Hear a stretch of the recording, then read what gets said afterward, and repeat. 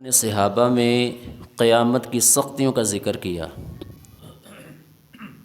کہ جس روز قیامت بپا ہوگی، رب العالمین کی ہیبت یہ ہوگی، جلال یہ ہوگا، اللہ کے سخت گیر فرشتے غلظت اور یبوست میں اپنی مثال آپ ہیں، جہنم کے دروغے۔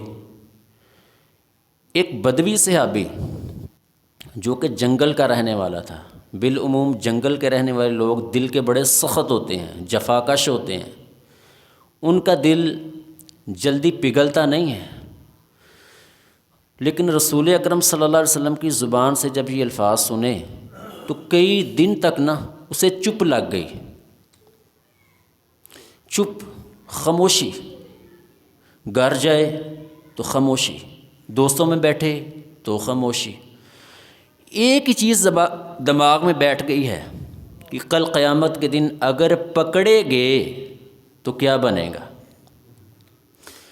ایک دن وہ ایک بڑی آس اور امید لے کے رسول اکرم صلی اللہ علیہ وسلم کے پاس آیا، آ کے چھوٹتے ہی اس نے سوال کیا، اے اللہ کے رسول، چونکہ جنگل میں رہنے والے لوگ بڑے خود اعتماد ہوتے ہیں،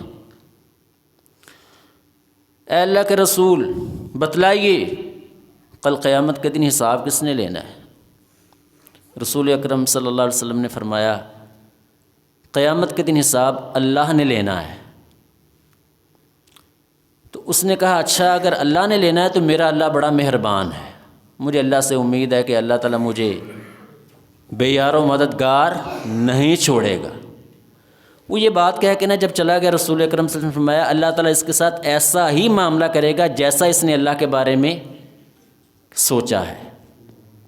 قرآن مجید پڑھے تو بسا اوقات ایسے لگتا ہے کہ اللہ سے بڑھ کر سخت، شدید، جبار، متکبر کوئی نہیں ہے، لیکن کئی ایسے مقامات ایسا محسوس ہوتا ہے کہ ہم کوئی نیکی نہ بھی کریں تو اللہ ہمیں معاف کر دے گا، لیکن اس دھوکے میں نہیں آنا، اس کے درمیان رہنا ہے۔